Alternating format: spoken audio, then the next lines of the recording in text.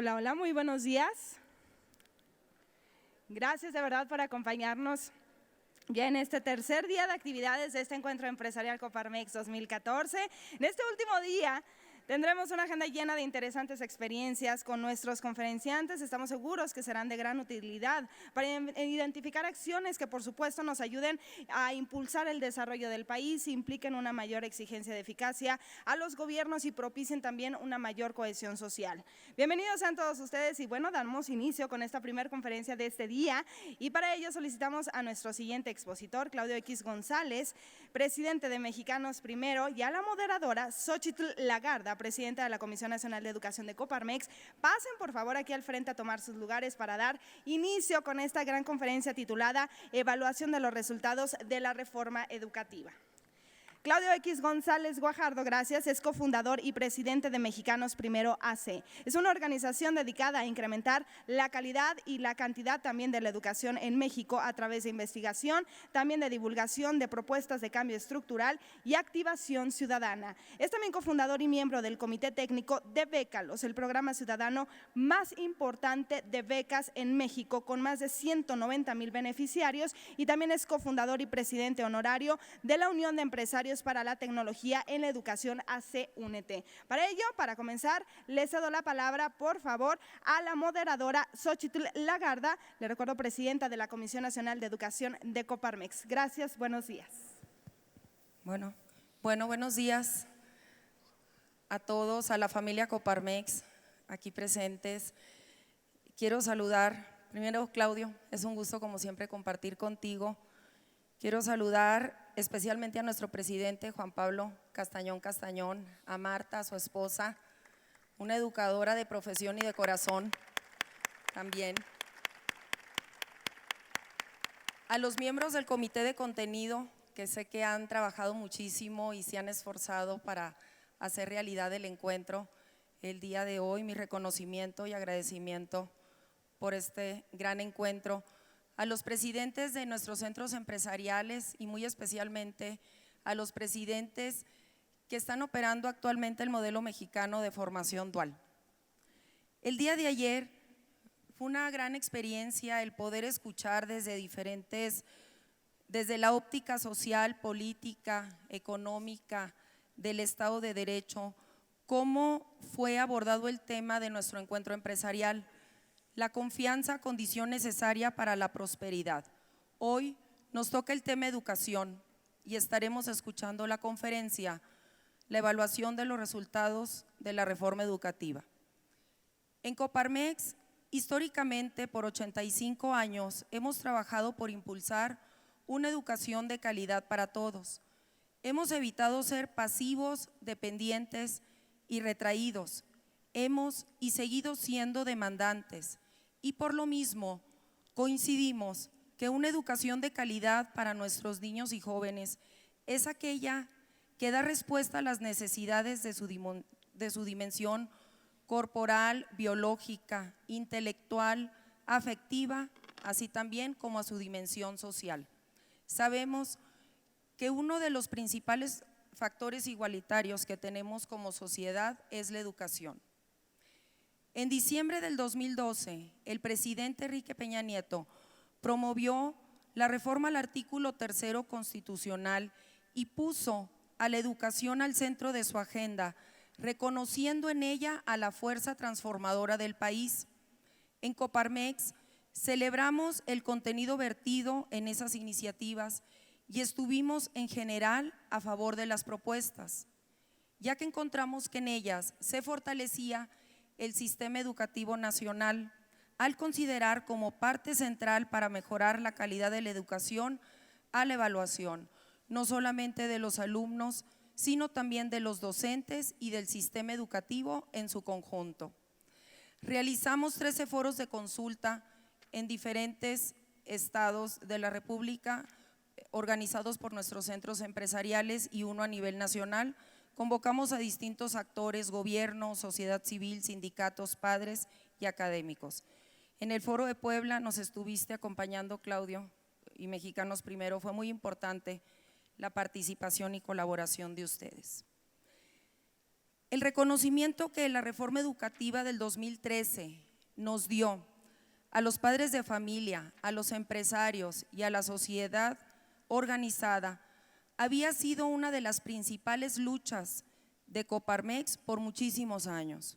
Hoy quiero compartirles que obtuvimos uno de los 3 espacios asignados en el CONAPACE, Consejo Nacional de Participación Social en la Educación. Ese lugar nos brinda la oportunidad de participar activamente en espacios formales y nos da la posibilidad de proponer acciones y políticas para el mejoramiento de la educación de nuestros niños y jóvenes. Estar en el CONAPACE es una gran responsabilidad que hace valer nuestro derecho a ejercer una ciudadanía de participación con reglas, normas, valores y fines comunes. Pero sabemos que al hablar de ciudadanía no es pretender solamente el reconocimiento, sino que también es el aceptar responsabilidades y compromisos concretos. Este lunes escuché al doctor José Sarucán Kermes, presidente del CONAPACE, decir: en México la educación no ha sido una prioridad, pues de haberlo sido, se tendría un país de creadores y no un país de servidores. También este lunes participé en la segunda sesión ordinaria del Consejo Social Consultivo del INE, el CONCE, donde Coparmex y Mexicanos Primero somos una de las 11 organizaciones que conformamos dicho consejo. Tuvimos una sesión de casi 10 horas y en esa sesión de trabajo se expusieron temas tan complejos como la construcción de la Política Nacional de la Evaluación, evaluación educativa a los pueblos indígenas, resultados generales del proceso de evaluación de ingreso al servicio profesional docente, programa para la evaluación del servicio profesional docente, y se propuso lo que sustituirá a la prueba enlace, la evaluación del logro de aprendizaje. Todos los temas abordados en el CONCE fueron por demás importantes, pero los 11 consejeros expusimos como tema prioritario a la Junta de Gobierno del INE que si no tenemos confianza, no tenemos nada, que debemos encontrar la forma de construir confianza al interior de ese consejo, abrir las cartas completas y no a medias, para que con esa confianza mutua podamos ayudarles a generar la confianza que el INE necesita hacia la sociedad y de la sociedad hacia el INE, y de esa forma poder incidir en el cambio de cultura a favor de la educación y a favor de la evaluación. Generar confianza y no miedo en los maestros para que conozcan el contenido, los mecanismos, los formatos, las reglas del juego completas de cómo serán evaluados. Confianza hacia los comunicadores en los medios para que logren transmitir lo que es y no lo que creen que es. Confianza para que encontremos todos que la evaluación es socialmente valiosa y que es un instrumento que nos permite medir para mejorar y para crecer. Y ya para pasar la palabra al doctor Claudio X González, quiero resaltar el trabajo que hemos realizado juntos, Mexicanos Primero y Coparmex, en los últimos 2 años. Además de desplegados, Claudio, has estado con nosotros en más de 10 ocasiones y solo por mencionar algunas, pues resalto tu participación en la Comisión Nacional de Educación. Estuviste en nuestro Centro Empresarial de Sinaloa, en Coahuila, en Sonora, Chiapas, Yucatán, Jalisco, y el año pasado estuviste acompañándonos también en el Encuentro Nacional de los Jóvenes Coparmex. Mexicanos Primero realizó un pronunciamiento para apoyar la iniciativa de Coparmex, acciones ciudadanas para defender la reforma educativa en Guerrero, Oaxaca y Michoacán. En fin, Mexicanos Primero y Coparmex tenemos una historia de trabajo conjunto. Espero continuemos haciéndolo así. Bienvenido.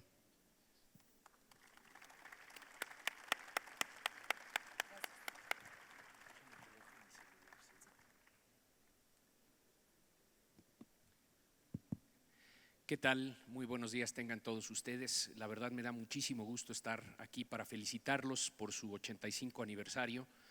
Juan Pablo, Xóchitl, a todos los expresidentes, a todos los integrantes de Coparmex, de veras muchas felicidades por esta labor realmente indispensable con la que cumple Coparmex en defensa de la libertad, del progreso, de la equidad, de la justicia en nuestro país. Muchas felicidades por este aniversario. Además, no muchas organizaciones en México cumplen 85 años.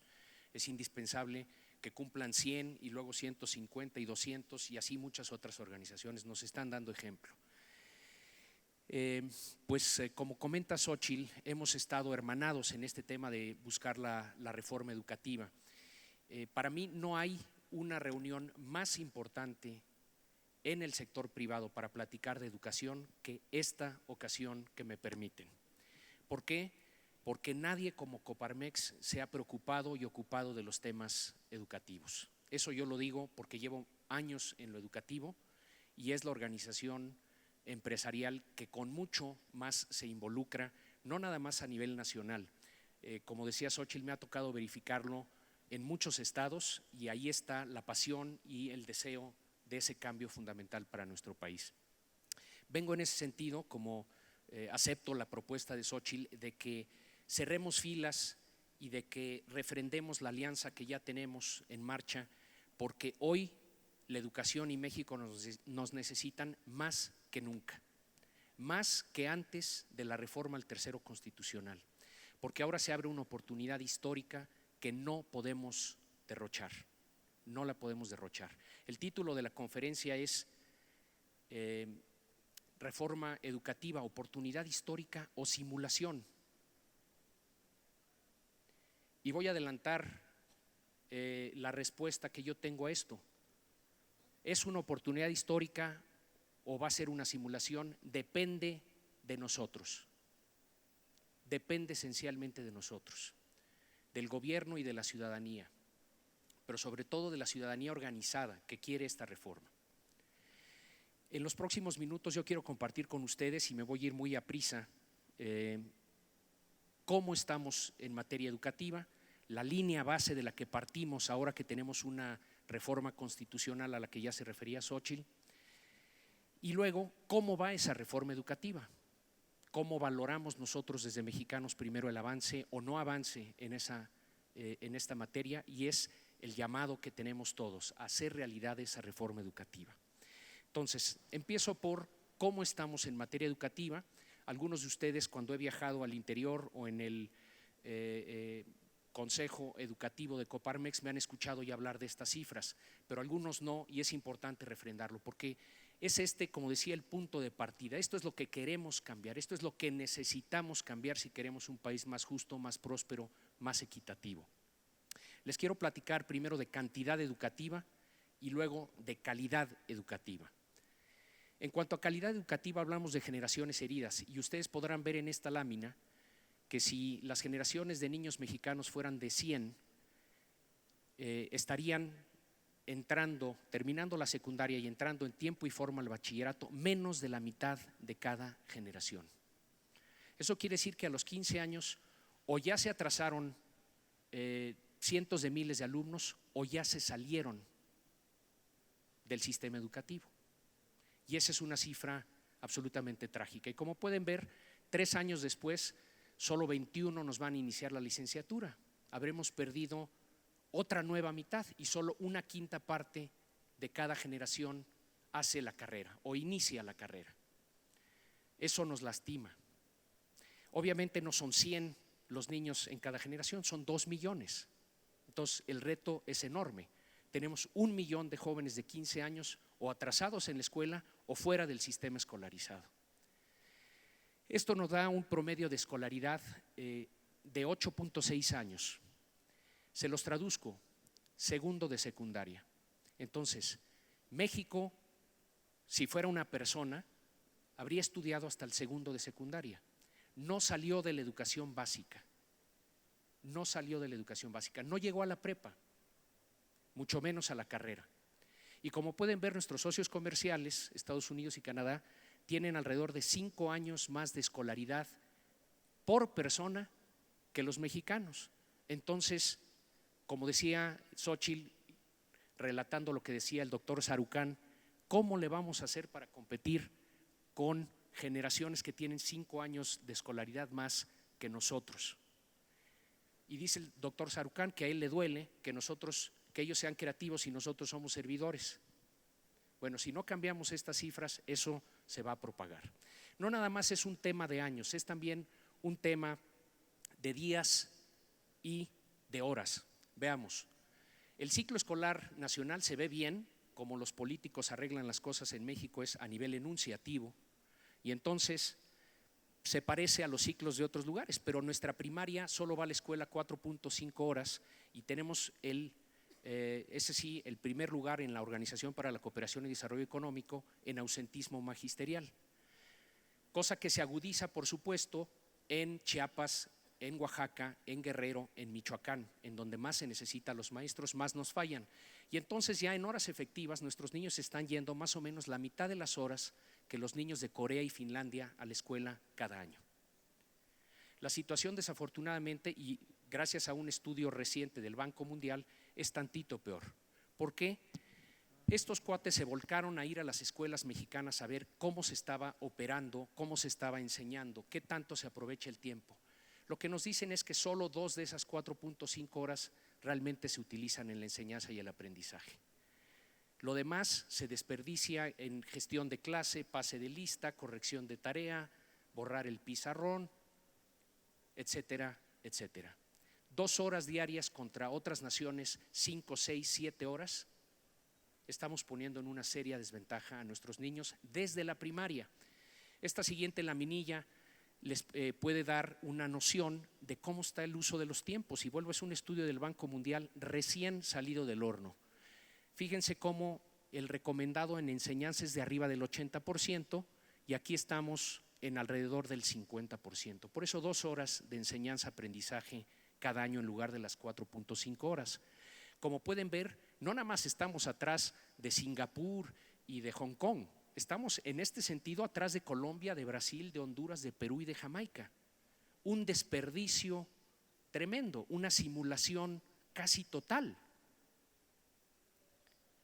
Vayamos adelante. Platiquemos de calidad educativa.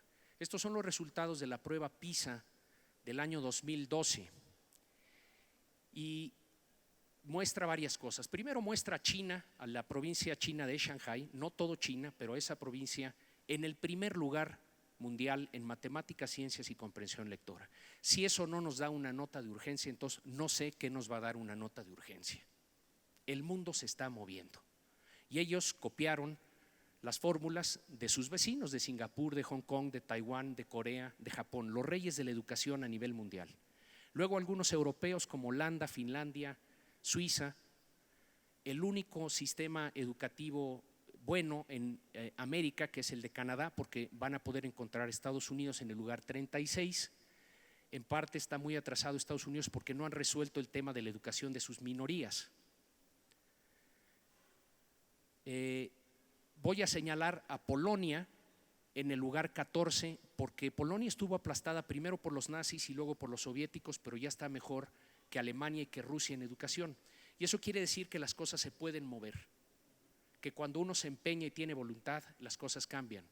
Corea se parecía en resultados educativos a México hace 30 años. Hoy, cuando sumas las 3 pruebas, es número 1 del mundo. Y luego podemos encontrar a Vietnam en el lugar 17. Eso también es llamativo. Está mucho mejor que Estados Unidos en educación básica y tienen un per cápita de $1,200 a $1,300 por persona. Eso quiere decir que inclusive en condiciones de gran dificultad y de pobreza, si hay la voluntad, se pueden lograr los resultados. El primero latinoamericano, Chile en el 51, México luego en el 53, pero entre el 51 y el 65 podrán encontrar a 8 países latinoamericanos. Es decir, en los últimos 15 lugares, 8 países latinoamericanos. En mi opinión, esto explica por qué Latinoamérica, teniendo posición geoestratégica, energía, agua, pirámide poblacional joven, recursos de todo tipo, no acaba de despegar.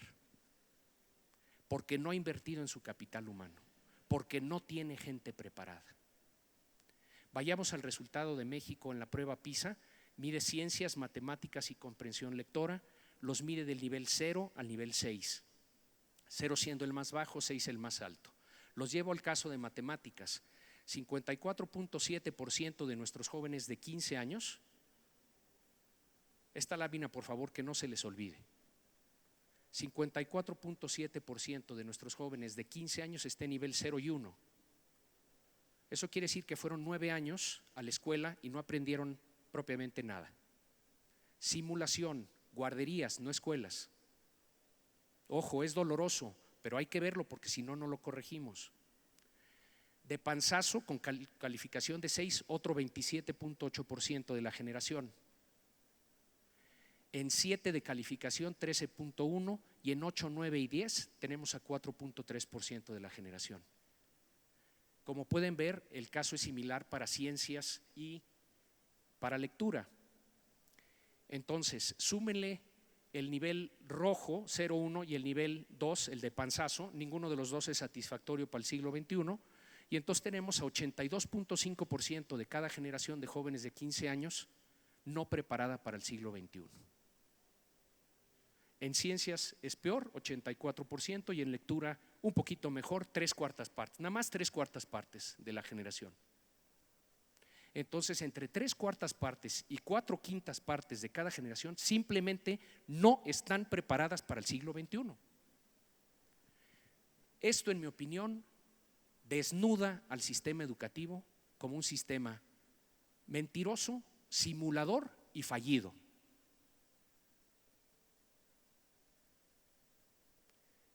Cualquier sistema que le falla entre 3/4 partes y 4/5 partes de lo que debe de hacer bien es un sistema que no está funcionando.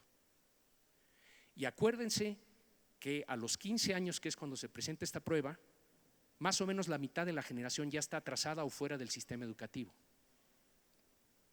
Entonces nuestro resultado real es peor que este.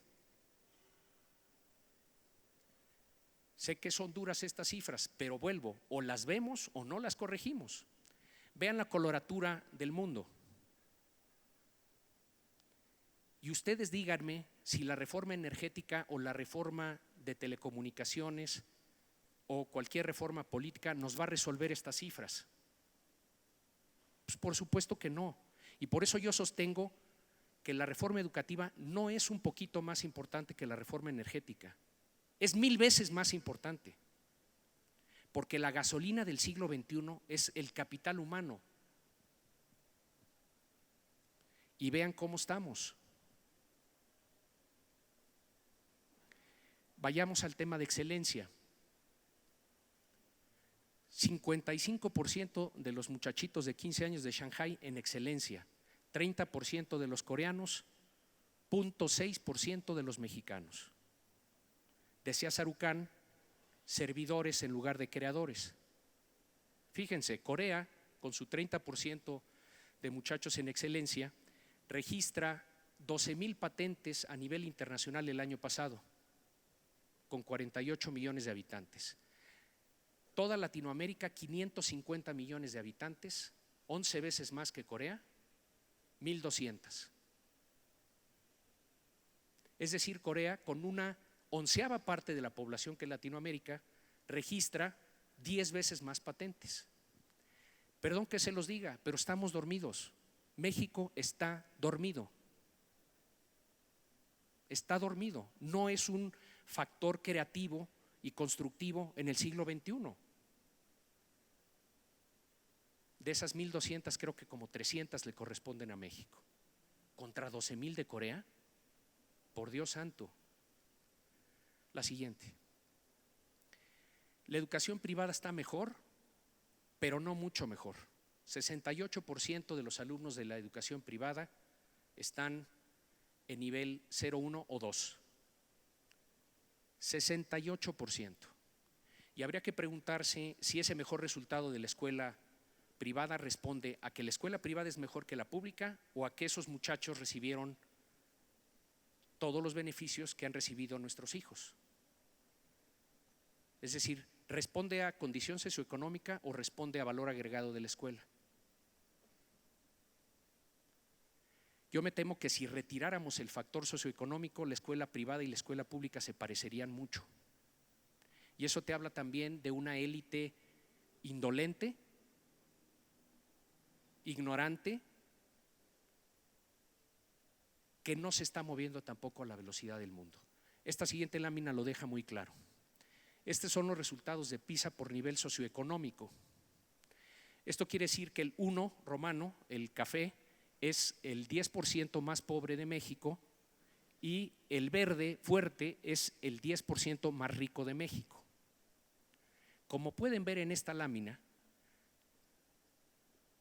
lo que nos dice es que el 10% más pobre de Canadá a los 15 años está mejor preparado que el 10% más rico de México. Y les comento coloquialmente que esto lo que nos dice es que la hija de la señora que limpia los baños del estadio de hockey de Quebec está mejor educada que nuestros hijos. Y no es mi opinión, son los datos de la prueba internacional PISA. La siguiente.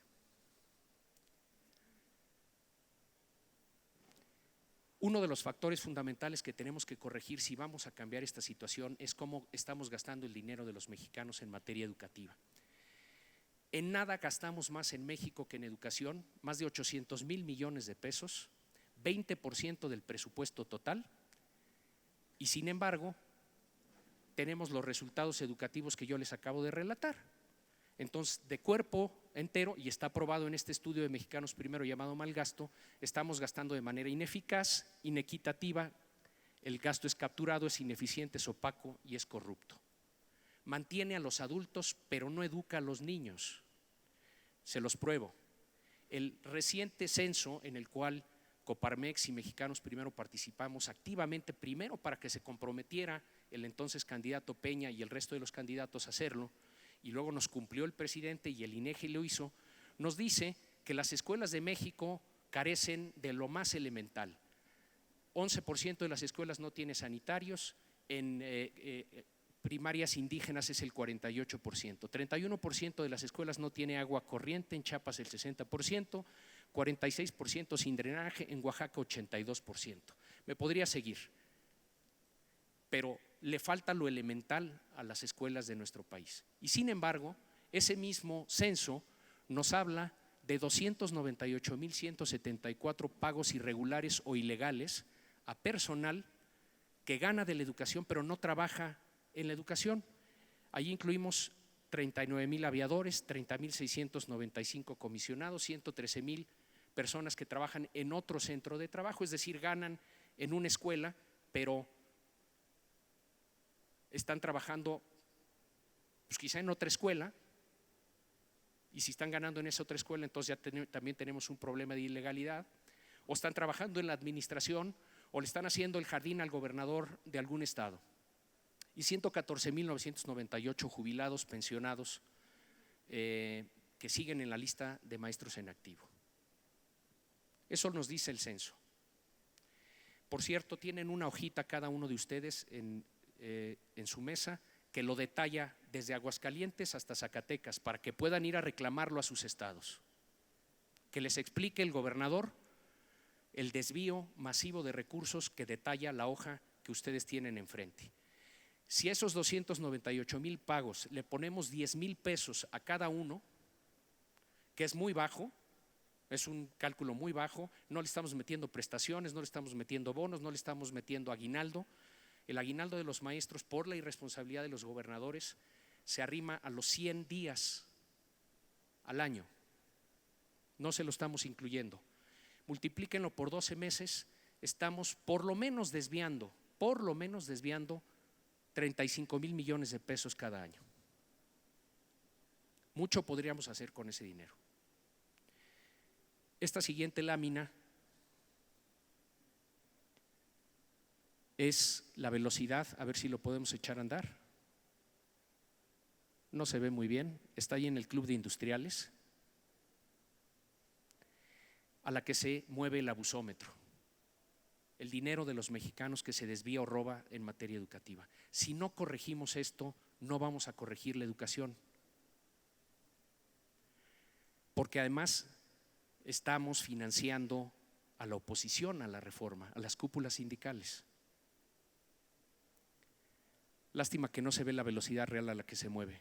Créanme que es vertiginoso. Les voy a decir qué velocidad es: 1,099 pesos por segundo, 95 millones de pesos cada día, 35,000 millones de pesos al año.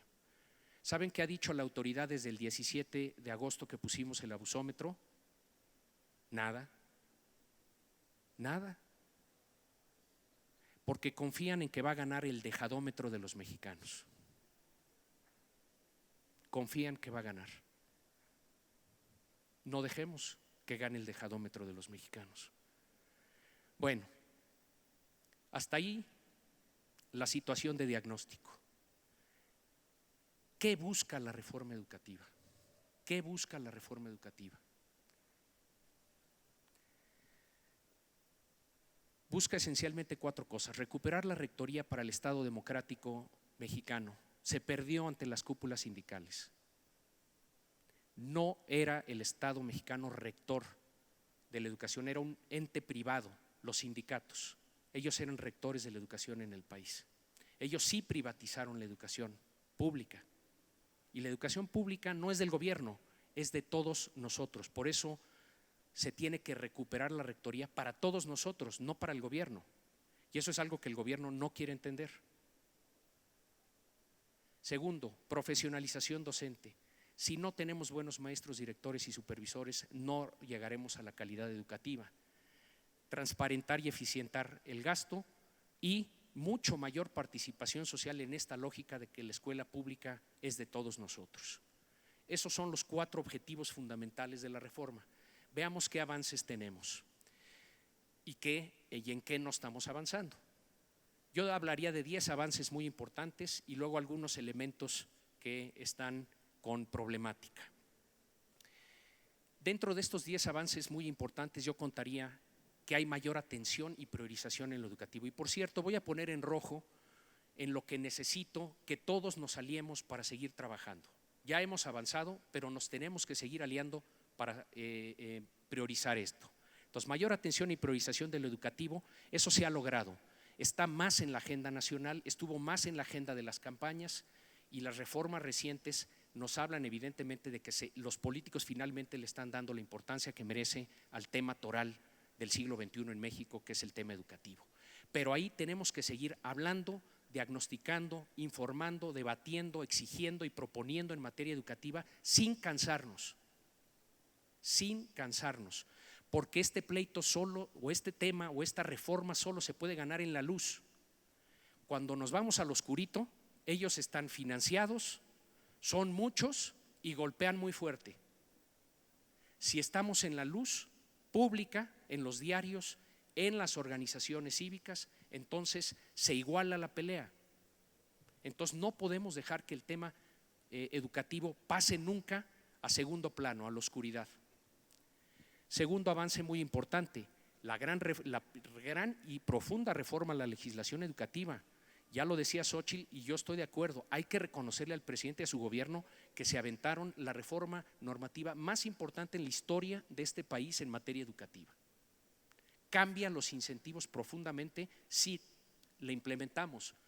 Se cambió el artículo 3 constitucional que mete el vocablo calidad, ¿no? Y entonces el tema ya no es llevar a los niños a la escuela y simular que están en una escuela cuando en realidad están en una guardería. Tienen derecho nuestros niños a aprender en la escuela. Ese es el derecho justiciable que ahora protege el artículo 3 constitucional. Nosotros ya tenemos litigios, 2 litigios en la Suprema Corte de Justicia derivados de la justiciabilidad en la defensa del derecho de nuestros niños a aprender. Se cambió la legislación secundaria, como saben, y también la legislación estatal. Esta la puse en rojo porque está por verse si se va a implementar a nivel local. Y cada uno de ustedes, con la influencia que tienen en las 32 entidades de este país, tienen que estar encima de que se esté aplicando la normatividad a nivel local. La siguiente, concurso obligatorio de plazas. Ustedes saben que en este país las plazas se entregaban o en automático saliendo de la normal, que es lo que muchas normales reclaman, o se vendían o se heredaban o se entregaban por favor político. ¿De cuántos líderes de secciones sindicales a nivel estatal conocemos que sus hijos, sus esposas, sus amantes, los hijos de las amantes están en la nómina magisterial? Es la verdad. ¿De dónde no? Si no salen los 298,000 pagos irregulares o ilegales. Entonces, ahora solo se puede entregar una plaza de maestro, director o supervisor mediando un concurso. Eso es un paso realmente muy importante, porque nos va a ayudar a limpiar los cuerpos magisteriales en el tiempo y que solo los mejores de la siguiente generación lleguen al magisterio. Y eso es lo que han hecho todos los países que se precian de tener buena educación, es que los mejores de una generación están preparando a los mejores a los de la siguiente generación. Entonces te salen bien las cosas. Si los peorcitos de una generación preparan a la siguiente generación, te va a salir mal la generación. Entonces, un mecanismo fundamental. Se rompe el monopolio de las escuelas normales. Solo si venías de la escuela normal podías dar clases en una primaria en el país. Hoy, a partir del 2016, si vienes del TEC de Monterrey, del ITAM, de la Universidad Autónoma del Estado de México, podrás dar clases en la primaria siempre y cuando ganes el concurso. Ese es el factor decisivo. Entonces esto es muy importante porque mete competencia para lograr mejor talento, para enseñar a nuestros niños, y eso es absolutamente fundamental, y rompe el vicio de las normales, que son en muchos casos hervideros de grilla. Evaluación y capacitación obligatorias con consecuencias. No ha habido en la historia de nuestra nación una evaluación obligatoria para nuestros maestros. Se va a celebrar la primera en enero o en septiembre del año que viene, y cada año se tendrá que evaluar a una cuarta parte del magisterio. Fundamental, porque si no, no sabemos si saben o no saben nuestros docentes. Y la sospecha es que no saben mucho, porque en los concursos, por ejemplo, muy pocos realmente les fue bien en el examen, y los resultados de nuestros niños no nos dejarán a sorpresa que los maestros probablemente no saben suficiente. Bueno, es la regla de los 3 strikes. Si no te evalúas, te vas del sistema. Si te evalúas y repruebas en 3 ocasiones, también te vas. Pues así tiene que ser. Los que sí sean maestros o pueda capacitárseles para que sean buenos maestros, ellos se quedan. Ellos se quedan y hay que premiarlos de manera muy importante a través de la carrera profesional docente. Tenemos que lograr que el maestro sea el héroe en la narrativa de la mejora de la calidad educativa de este país. Ahorita tenemos que hablar duramente sobre este tema, y lo toman muchas veces a mal, sobre todo las cúpulas magisteriales, y luego engañan a los maestros.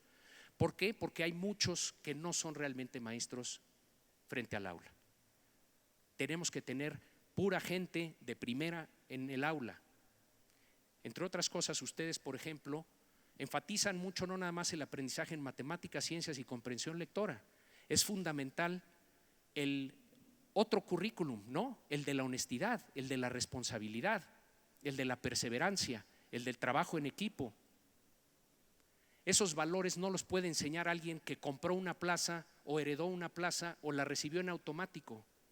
Y nuestros maestros tienen que enseñar las dos cosas: las materias y los valores universales. Los temas no cognitivos que te permiten ir adelante. Se estableció ya también un organismo evaluador autónomo, el INE, como que quiere nacer, como que quiere despertar y luego se duerme. Lo platicaba con Xóchitl hace rato. Tenemos que empujar juntos al INE a que sea más. Y entre otras cosas, ahora que viene la evaluación que va a suplir a Enlace, tiene que ser una evaluación, y lo tenemos que pelear juntos, censal, universal. No puede ser una evaluación representativa o muestral, porque tenemos a 5 tecnócratas sentados en el INE que no quieren demasiado trabajo. Pero nosotros le tenemos que dar a cada papá de cada familia de este país los datos de cómo están sus niños. Y no nada más eso, tenemos que pelear también juntos para que nos den los datos a nosotros y a esos papás, y de eso va uno de los litigios que tenemos en la Suprema Corte de Justicia, de cómo están los maestros de esos hijos. Porque ¿qué es lo que va a transformar realmente al sistema? La presión de los papás. Pero si los papás piensan que la educación de sus hijos está bien, entonces no va a haber presión para el cambio. Entonces tenemos que informar a los papás de cómo está su hijo y cómo está su maestro. Eso nos va a dar tracción social. Bueno, se hizo ya también el censo y el CIGED. Hasta hoy 23% de la información no se había revelado. IMCO, México Evalúa y nosotros y Coparmex hemos venido peleando muy fuerte para que se dé la información. Acabamos de ganar un caso en el IFAI que le ordena a la SEP hacer públicas las bases de datos completas del CEMAVE para el 8 de diciembre. Y en ese 23% está toda la corrupción. Ahí están los aviadores, ahí están los comisionados. Vamos a ver si no se ampara el sindicato, y no le quiero dar ideas. Si hay algún amigo del sindicato, por favor no pasen la voz, porque necesitamos esos datos para limpiar el asunto, y un sistema de información y evaluación educativa que debe de seguir al censo. La Secretaría de Hacienda, hay que reconocerlo también, ha dado algunos pasos importantes para empezar a corregir el tema del malgasto. ¿Como cuáles? Fin a la doble negociación. Ese es un gran paso. Ese es un gran paso. Nos estaba inflando los precios educativos. Sin darnos un mejor servicio educativo, se inflan los precios. Mala propuesta. Se vieron que están tan mal las escuelas que ahora van a invertir 7,500 millones de pesos en 20,000 escuelas. Bueno, toda la luz que va dando un censo. Por eso este asunto no se va a resolver en la oscuridad, solo en la luz. Y en la luz nos tiene que arrojar resultados como la inversión en las escuelas más amoladas. El FONE es la recentralización de la nómina magisterial a partir del 1 de enero en manos de Hacienda.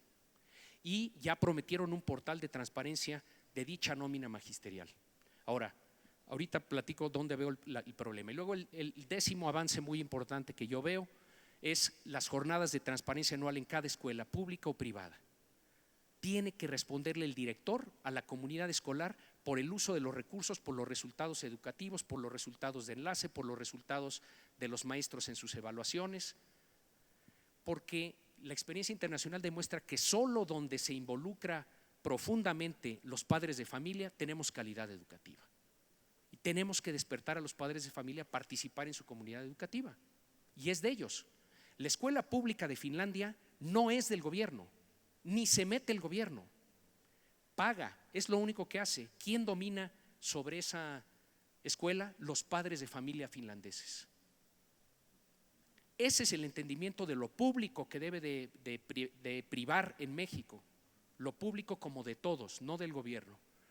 Bien, ¿en dónde veo lo que no avanza? Veo a muchos gobernadores, por favor presionen a sus gobernadores, arrastrando los pies y en ocasiones inclusive, como es el caso de Oaxaca, de Michoacán, de Guerrero, obstaculizando la reforma educativa, literalmente obstaculizándola. Tienen que presionar a sus gobernadores a que implementen de acuerdo con el tercero constitucional.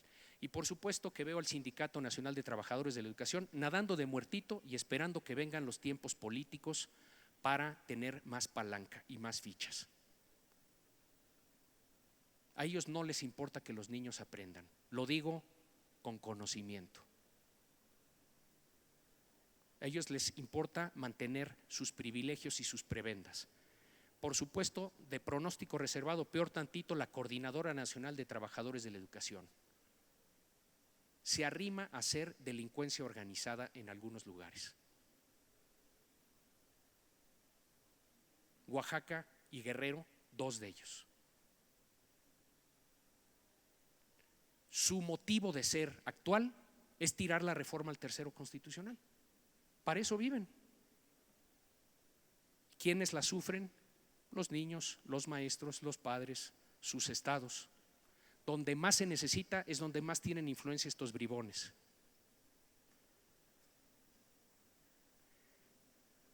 Oaxaca ni siquiera ha legislado, está en estado de excepción. Y si el gobierno y nosotros lo permitimos, se puede contaminar la cosa. Porque van a decir los maestros de Tamaulipas, oye, ¿por qué me voy a evaluar yo y me voy a estar jugando mi carrera cuando los de Oaxaca la tienen segurita? Gane y gane y gane sin dar clases y sin enseñar a nadie. Ojo, ahí hay un grave reto que es del gobierno, pero también es de nosotros. Adelante. La impunidad ante los resultados del CEMAVE. Ya les dije que qué bueno que se hizo el censo, mérito del presidente, inclusive del INEGI y de Hacienda. No nos querían dar los datos, ahora ya lo obliga el IFAI a la SEP a dárnoslos. Pero ¿dejarán de pagarle a los comisionados, a los aviadores? Según las cuentas del abusómetro, debería de haber un ahorro de por lo menos 35,000 millones de pesos en la nómina magisterial. El FONE, que ya por lo menos el plan de presupuesto o el presupuesto, trae 37,000 millones de pesos más de lo que traía el FAEB. Entonces la pregunta es, ¿por qué si nos deberíamos de ahorrar 35,000 que deberíamos de utilizar en capacitación magisterial, en formación inicial, en infraestructura escolar, por qué trae más lana? Pues la lógica diría, les van a reconocer absolutamente todo para evitar un problema político. Pero eso quiere decir seguir financiando a las cúpulas del sindicato y de la coordinadora que se oponen a la reforma educativa. ¿En qué lógica cae que tú le pases armas, balas, municiones a tu enemigo para que te dispare? Pues eso es lo que hace el gobierno mexicano cada 15 días.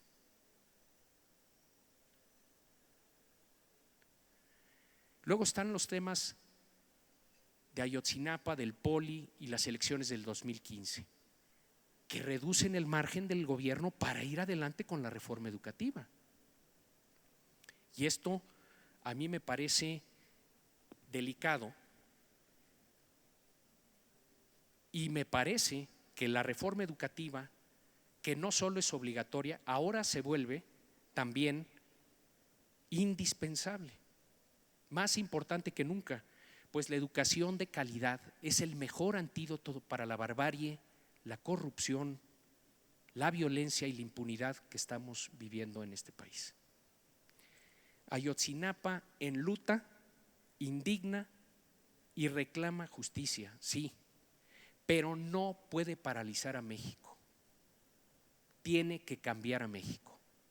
Y en particular, en materia educativa, esto nos llama a adelantarla y a direccionarla correctamente, no a pararnos. Y si nosotros no presionamos al gobierno, el gobierno va a tener el incentivo de dar 2, 3, 4, 5 pasos atrás hasta que vuelva a estar contra las cuerdas, que es donde lo tenían los sindicatos hasta la reforma al tercero constitucional. Y todo va de la implementación y la implementación para poner a los niños primero.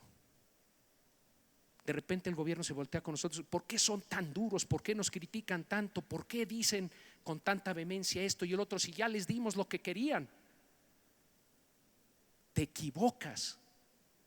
Nosotros solo queremos una cosa, y yo sé que esa es la que quiere Coparmex, que nuestros niños aprendan más. Y pruébame que están aprendiendo más. Más difícil cambiar la realidad que la Constitución.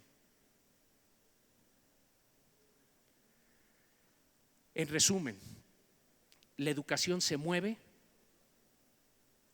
pero ahora es cuestión de verificar si la dirección y la velocidad son las correctas y las exigibles. Y en eso, Coparmex es un jugador clave. Lo es por la importancia que le da al tema educativo, porque conoce el tema educativo y también porque tiene la capacidad de actuar en las 32 entidades del país. Y eso propiamente no hay ninguna otra organización que lo pueda hacer como ustedes. Y por eso, como yo les decía, venimos a refrendar la alianza con Coparmex para empujar por una reforma que si no la hacemos no vamos a tener el México que queremos. Y es solo el inicio del camino.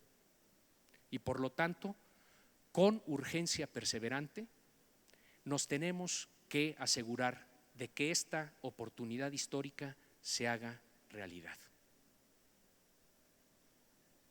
¿Hay esperanza? Por supuesto que hay esperanza, pero tenemos que hacer la tarea. Muchas gracias.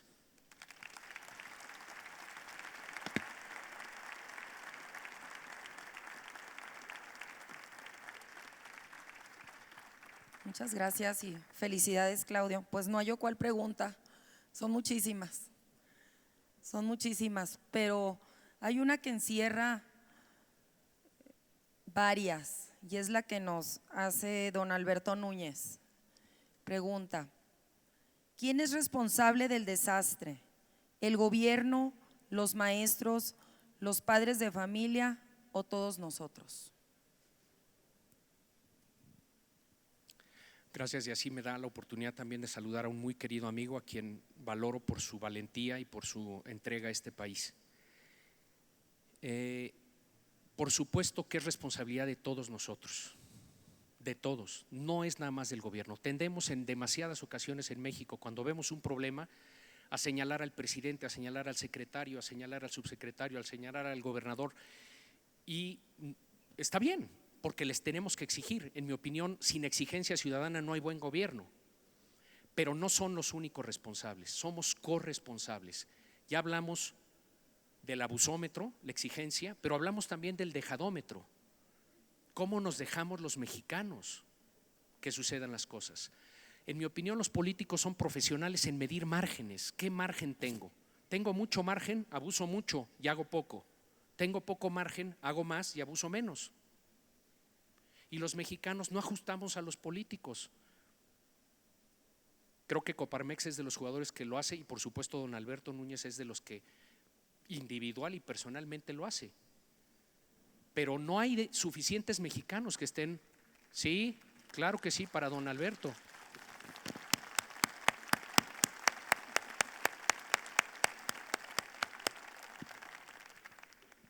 Pero no hay suficientes mexicanos que estén en esa batalla, en esa refriega, y entonces tienen mucho margen los políticos y abusan. Pero ¿de quién es culpa? ¿Del político o de los ciudadanos que no le exigen al político y lo dejan hacer y que se acomodan? A mí la respuesta que me choca, que es demasiado típica en México, es: pues así son las cosas. Pues así son las cosas. No, pues si así son, así se quedan. Eso es lo que no podemos permitir, esa lógica. La llevamos a la escuela. Nosotros hicimos un estudio antropológico recientemente, nos llevó meses hacerlo, muy interesante, y lo que dice es que los papás no acaban de aquilatar lo que es el derecho a la educación de sus hijos. Esencialmente, cuando entregan al niño en la escuela, ahí se acaba el derecho y lo que viene es un servicio, bueno o malo. Y si la maestra es linda y se lleva al niño y el niño regresa tranquilo, no lo bulearon, no lo golpearon, aprendió algo y lo regresan a casa, entonces la mamá y el papá están satisfechos. Es un pueblo poco demandante, poco exigente, inclusive para lo que es más importante, que son sus hijos. Entonces, en el fondo, ¿qué quiere esa mamá y ese papá? Quiere una guardería. ¿Qué le da el gobierno? ¿Qué le dan los maestros? ¿Qué le dan los directores? Una guardería. Hasta que nuestros padres no exijan escuelas de veras, con un director líder, con maestros muy capacitados, con un uso eficaz y transparente del recurso, con aprendizaje de toda la comunidad escolar, pues no va a haber educación de calidad. Y por eso tenemos que pasar de una reforma que es de la Constitución para abajo a de abajo para arriba, mover a los padres, a los maestros hacia la calidad educativa. Ya les dije que en mi opinión es mucho más importante esta reforma que la energética, y creo que hay muy buenas razones para sostener esto, pero es mucho más complicada operarla que la energética, porque esta se tiene que operar en más de 200,000 planteles en el país, en donde educan 1,200,000 maestros, a 25 millones de niños y jóvenes en el sistema de educación básica, y donde sucede el hecho educativo es en la escuela, no es en este salón, ni en la Secretaría de Educación, ni en Palacio Nacional. Entonces, ¿cómo echamos a andar todo eso? Y por eso repito que Coparmex es fundamental, porque le gusta el tema y porque tiene la capacidad de llegar muy lejos. Son un aliado indispensable para la reforma educativa, pero es responsabilidad de todos nosotros. Gracias. Tenemos varias preguntas que van hacia el tema de la equidad y hay preguntas específicas sobre la inclusión de la educación de las comunidades indígenas. Entonces, la pregunta sería, ¿qué hacemos, qué podemos hacer para que no tengamos niños de primera y niños de segunda? Bueno, ese es un tema absolutamente fundamental. Nosotros publicamos un libro que se llama Brechas hace ya algunos años, que denota una doble inequidad brutal para los niños y los jóvenes del país. La primera es frente al mundo, esa la acabamos de ver aquí, cómo estamos muy atrás de los europeos, de los asiáticos, de nuestros socios comerciales de América del Norte. Y la segunda es al interior del país. A no dudarlo, quien recibe la peor educación son los más pobres. A no dudarlo. Y esto, por ejemplo, lo sabe muy bien Héctor Aguilar Camín, y igual y lo quiera comentar ahora que él va a platicar con ustedes, pero la inequidad en México y en Latinoamérica es de las más severas del planeta. De hecho, la zona más inequitativa del mundo, no la más pobre, pero la más inequitativa del mundo es Latinoamérica. Es donde peor se distribuye la riqueza. Pero antes de que se hubiera distribuido la riqueza, se tuvieron que haber repartido las oportunidades. Y aquí las oportunidades no se reparten. Las más maltratadas escuelas y los peores profesores están en las comunidades rurales indígenas de este país. Entonces, el elevador para la movilidad social, que debería de ser la educación de calidad, no funciona en México, no es elevador. Te deja donde te encontró. La inequidad empieza por la falta de oportunidad básica de superarte. Y la educación, que nos sale bien cara a los mexicanos, decíamos 800,000 millones de pesos, no está cumpliendo con su función de facilitador de la movilidad social. Estamos mal en equidad y estamos mal en movilidad social. Y la injusticia más grave es con los más pobres, a no dudarlo, con mucho. Las cifras son tremendas, pero en ningún rubro de infraestructura, de capacitación docente, de directivos, de resultados, que es lo que más nos importa, se rompe la lógica en donde las comunidades indígenas están en el último escalón, olvidados de todos nosotros. Es algo que tenemos que cambiar. Tenemos que llevar más presupuesto, tenemos que lograr que vayan mejores profesores y que la infraestructura de estas escuelas sea digna. Pero sobre todo, la infraestructura humana de la escuela, el director y los maestros. Y si les tenemos que pagar mucho a gentes para que vayan a esos lugares, que así se haga. Lo que sucede ahorita es que le pagamos mucho al profesor de la Colonia del Valle y no le pagamos casi nada al profesor de la Montaña de Guerrero. ¿Ven de qué manera tan tonta utilizamos los recursos en este país? Debería ser al revés. Debemos estarle pagando más al que tiene el trabajo más difícil. Entonces, mucho que hacer en este rubro particular. Sí, y en ese sentido aquí hay un comentario para cerrar esto, pues las condiciones precarias en las que imparten clases algunos maestros, pues no se les puede evaluar igual, son parte de esta inequidad. Es cierto que un maestro que está enseñando en un lugar remoto versus un maestro que está enseñando en la Colonia del Valle, pues tiene muchas más ventajas el de la Colonia del Valle, ¿no? Pero aquí yo creo que tenemos que evaluar a todos por igual y luego considerar sus circunstancias. Déjenme dar un ejemplo. Si tú quieres medir qué tipo de desnutrición hay en el país, ni modo que uses básculas distintas para los niños de Chiapas que para los niños de Nuevo León. No, usas la misma báscula, consideras por qué uno está desnutrido y el otro está mejor nutrido y compensas en la política pública para asegurar que el desnutrido no esté desnutrido. Pero primero lo tienes que medir en la báscula. Entonces yo no soy partidario de exámenes distintos para Chiapas y para Oaxaca y para el DF. Igual para todos, pero compensación en la política pública para atender al que está más atrás.